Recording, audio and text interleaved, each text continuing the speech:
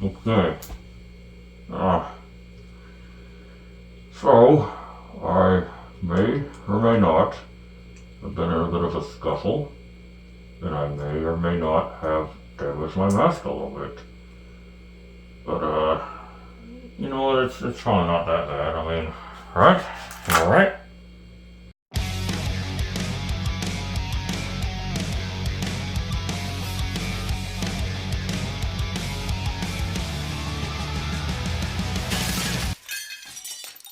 Hello, dear viewers. It's now the start of through this thing. It's now the start of 2024 to age this video a bit, and this is usually when the snow starts to pour down more. At least where I live, snow usually comes sometime between January and March, and yeah, it's man, my inconsistent voice. So many things are changing in real time.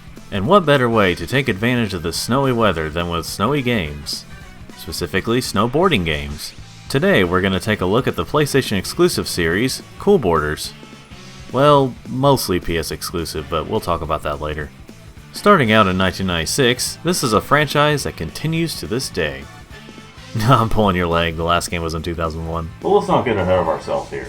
Now, I won't be looking at every single game in the series, but I will be looking at all the mainline games, plus one spin-off. So, with all that time wasted out of the way, let's get ready to board. I don't snowboard, so I don't know what they say. So I don't have the physical copies of the first three games, but I do have them digitally thanks to the PS3's PlayStation Network. At the time that it's still up right now. Starting out the Cool Boarders series, we have the first game, simply titled Cool Boarders, without the space between the words. This game was released in 1996 exclusively for PS1. A 1996 PlayStation game. Wonder how that's gonna be. Cool Boarders! Weak. Oh joy. Let me tell you, time has not been nice to this game. Now, this could be because I don't play that many snowboarding games, but how the heck are you supposed to control this well? I swear if I screw up once, it can take a while for it to get straightened out again. It's just a downhill race against the clock. It shouldn't be that hard to do while making slight turns. You're almost at the finish line. Don't blow it. What was that? You better get out there and The game really found me in the Alps. Now, I will cut this game some slack for a couple of reasons. First, in terms of graphical glitches, I imagine this is because I'm playing this on PS3, and some PS1 games do have this problem sometimes. Second, this was the first game in this franchise that started in 1996. 3D gaming was definitely still in its infancy. Heck, this game came out before Mario 64, which also hasn't aged as well. It's just my opinion, people. So given the time that this came out, I could see people liking it at the time. It does also have some personality to it. It wasn't just some realistic game, it has that 90s yo bro attitude. But even for the time, the amount of tracks and characters were very lacking. Starting out, you just have 3 tracks and 2 characters to choose from. There are unlockables, including extra characters and tracks, but it does take some work to get them. You can cheat and unlock everything early by putting Give All as your career name in career mode. That is something I learned after capturing footage for this game. But I didn't bother trying it out since I couldn't really even get into the gameplay for this one all that much anyway. It had charm for the time, but that charm has worn off quite a bit over the years. Well, that was a shame since 96 also gave us Crash Bandicoot, but that was much later on that year, and it was also a very different game. But let's see if Cool Boarders 2 improved the formula at all. This one was released in late 1997, also exclusively for PS1. Okay, so right away, it looks like we have so many more options to choose from. The thing I immediately started doing was customizing a snowboard. It wasn't all perfect, but it was really nice for the time. As for what kind of modes there are, well, there's quite a bit more to do here. Like one where you just jump off a big ramp and see how many moves you can pull off before landing. There's also actual racing this time around. I sucked at all of them, but it's cool that it's here. The levels here are also a bit better than in the last one. They feel more alive, I guess you could say.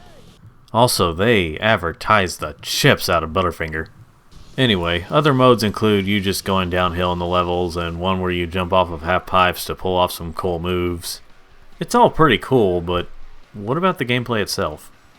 Well, it is an improvement over the first game, by a little bit. Time has been a little better to this game, or a little butter, finger. It still hasn't aged all that well, just better than the first game. It still feels a bit clunky when you're trying to pull off certain moves or trying to straighten out when running into something and falling. Basically, this is just a better version of the first game with more content, at least in my opinion. Again though, cutting this one a little bit of slack for when it came out. 3D gaming was improving by 1997, but we were still a long way from perfecting it. I originally thought that Cool Borders 2 was considered like the best in the series by everyone, but after doing some research, critically it's actually kind of on the lower end when compared to some of the other games. As for the audience score, I kind of got mixed results. I don't know, when it comes to this stuff, I'm just used to it being that way. Why didn't they do it here? So, Cool Borders 2 was better than the first game, but that's about it. Now we'll see how Cool Borders 3 did the following year in 1998. Interesting fact, while the first two games were developed by UEP Systems and published by Sony Computer Entertainment, Cool Borders 3 was developed by Idle Minds and published by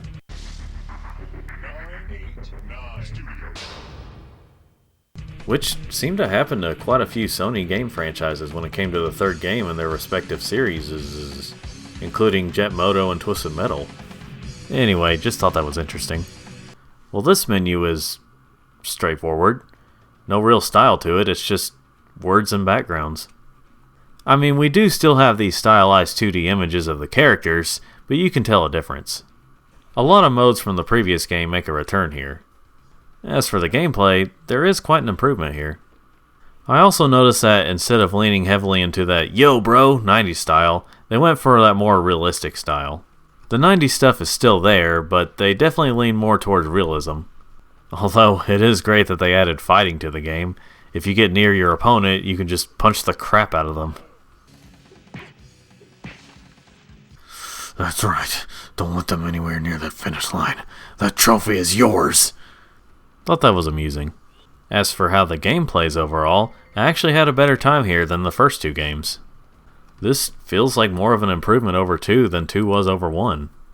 However, age still caught up with this game as well, just a bit. But I won't be as harsh on this one as the first two, since it does feel much better to play than them. It just still has moments where it doesn't always feel like it's my fault when I fail. It's really trying though, and I can respect that. Going back to the realism thing, this one does kind of feel like it's the transitional game from the cartoonier style of 1 and 2 and the more realistic style of the games after this one. So it's going from, "Aw, radical bro," to "pretty nice bro." But overall, this one is an okay game. So, I guess if you were to just choose one of these games from the PSN, Assuming you're still watching this while the PSN is still up for the PS3 and or Vita, then I'd recommend the third game. Not by a whole lot, but if I had to choose one, it would be this one. and that's it for the games on the PSN. For some reason, they never released 4 on the PSN. I don't know if it was from licensing issues or what, but it never made it to the PSN, at least here in the US. Well, what am I going to do now? I guess I'll just play the physical copy then. Yeah, by some lucky chance I happen to find this outside. Oh. There we go. What's this? I wonder.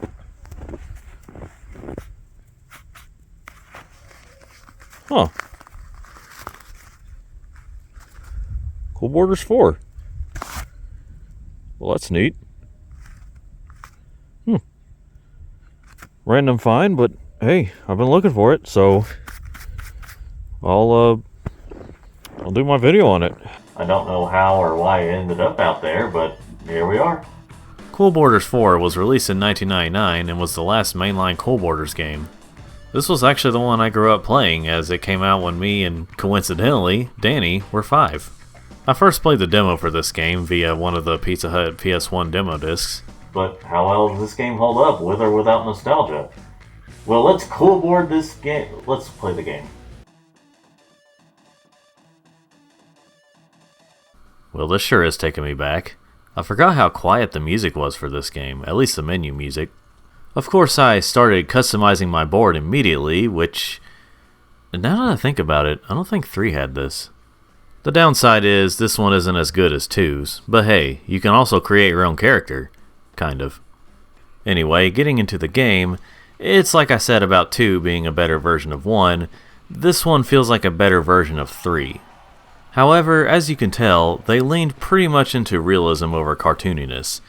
They were trying to, anyway. So, what about the gameplay overall? Well, like I said, it's like a better version of 3.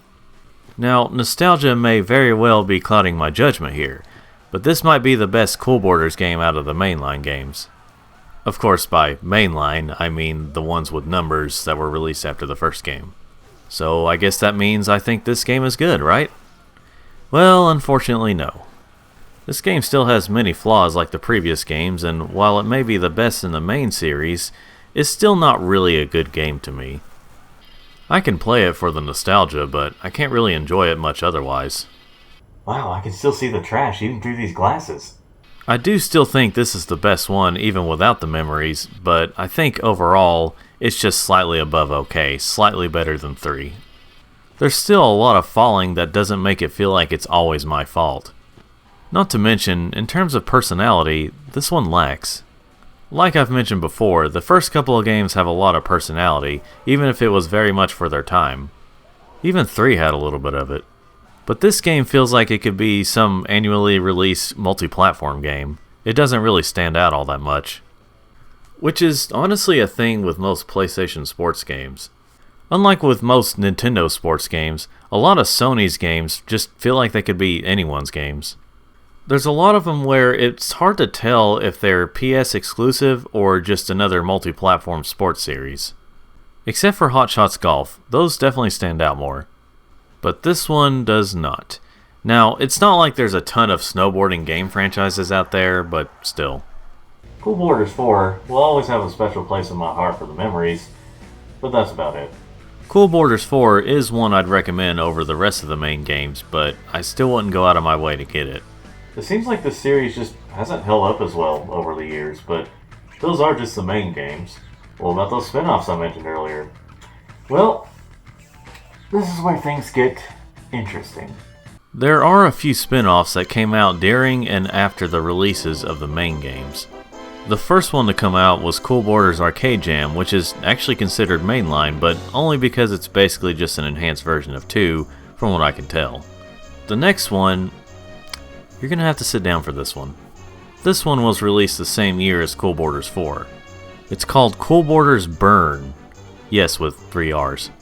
Never heard of it? Well, I wouldn't blame you, because that's the name in Japan. In Europe, it's called Snow Surfers, and here in the States, it's called Rippin' Riders Snowboarding. Keep in mind, these don't have Cool Borders in the titles. Still haven't heard of it? Well, that might be because it was released exclusively on the Dreamcast. You can't make this stuff up. So, you have this series that has primarily PlayStation exclusive games, that has a spin-off under a completely different name, at least here in the States, that is exclusive to a competitor's console. What? I know this game was developed by UEP Systems, the ones who made the first 2 games, but you'd think they would have made their own completely separate game. But no, they made a Cool Border spin-off exclusively on a competitor system while changing the name in different countries. Well, different continents, but you know what I mean. At least when Wipeout 64 was released, it kept the name, even if it was weird to see it not on PlayStation. The next spin-off is Cool Borders Pocket, which was not released in North America. It was a Neo Geo Pocket Color exclusive game, but at least here it makes more sense. At the time, Sony didn't have any handheld systems that were worth getting, so having it released on the Pocket Color made more sense at the time. And at least this time, you knew it was a Cool Borders game. The next one is what we'll be talking about today, but the one after that, which was the last Cool Borders game, was Cool Borders Code Alien. It was released exclusively in Japan for PS2. Now, given that it wasn't released here, I don't know a lot about it. Apparently it has some similarities to 2, but that's all I really know. So maybe Cool Borders 2 really is the fan favorite overall. But the last game I'll be talking about today is another game I found out in the snow. I'll do my video on it. Well, first I need to...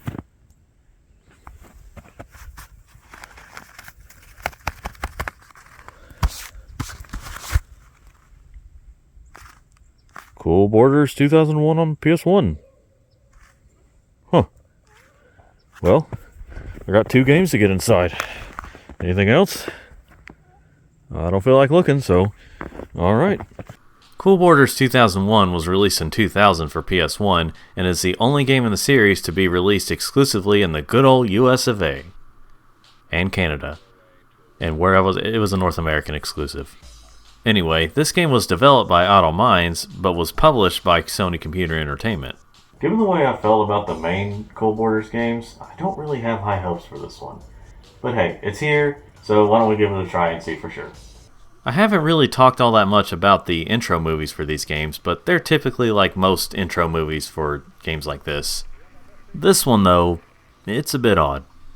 Well, some of the usual modes are here, but this one is set up a bit differently. Well, it is considered a spin-off after all, so why not? Now for the gameplay.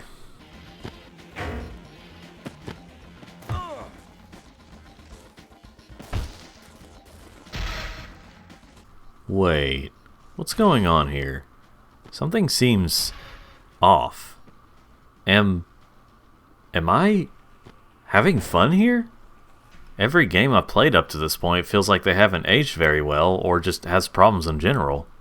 But here, I'm having genuine fun, even if I'm still not good at it. Now, this game does still have issues. It is a Cool Borders game after all. But it feels so much better to play now. I don't know what it is, but I had a much better time with this game than any of the previous games. And I didn't even grow up with this game. I started playing it this year. Like I said though, it still has problems. Some of the Cool Borders jank is here. But most times I fail, it mostly feels like my fault. It took them a few games to get here, but now we're at a more timeless video game. This is also probably the best looking CB game on PS1. That should be expected, but it is true in this case.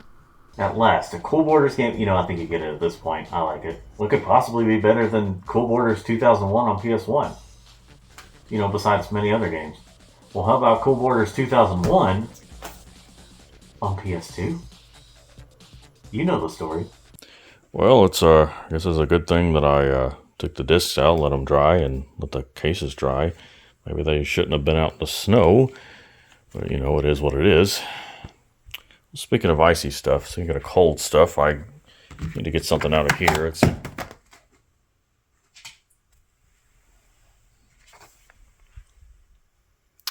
Cool Borders 2001 on PS2. It was in my freezer. Okay, who exactly just keeps coming in here and just goes, "Oh Lord!" Yeah, this was one of those cross-generation games. The PS2 version was released a few months later in early-ish 2001, matching the name more. And it's funny in a way. There were 2 PS2 games, but each were released exclusively in one country or continent. I guess that's fair. Japan got their exclusive game and North America got theirs. Europe? Well, screw them, I guess. Anyway, let's see what this version is like. Well, the menu is certainly different. And, as to be expected, the graphics are much nicer.